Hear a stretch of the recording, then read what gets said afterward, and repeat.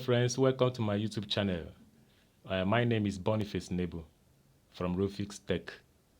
Please, I want to show you another important tip that will also help you, okay? Now, at the back of the decoder, if you remove this wire, this is the F connector holding the coaxial cable, okay? Let me remove it and show you something. I've removed it now. Please, as you can see this tiny wire, anytime you want to insert this tiny wire into this F connector, okay, because these tiny wires are the negative. They are the negative, while this one is the positive. Make sure that not even single one like this is touching this positive. Make sure that these single ones are not touching the what? The positive. Because if these single ones touch the negative, the positive, and you squeeze everything inside this place, remember that this particular connector will go back to the decoder.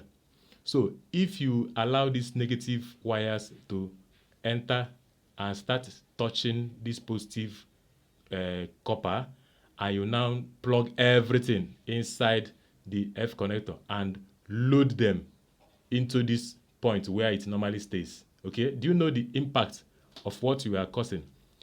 It will make this one decoder to start shocking. It will start shocking you because you have connected positive and the negative terminals together and launch them into a power supply unit or a power supply point. So the decoder will start shocking you. That is number one. Number two, if you are watching this particular decoder while heavy rain is falling and thunder is striking, with a high impact of thunder strike, it will just go straight to that decoder and burn the decoder. If you're not lucky, it will follow the AV terminals and go to the TV and burn the television. If you're not also all that lucky, it will follow from the TV if you connect it to the home theater and go to the home theater and also burn the home theater. Do you see? So this particular thing you are seeing is very important. I want you to pay serious attention to it.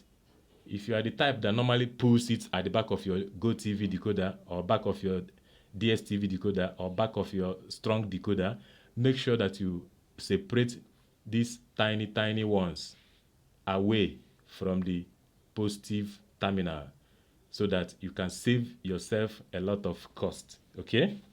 Yes. If you like this video, I want you to subscribe for more tips, okay? Yeah, thank you very much for viewing.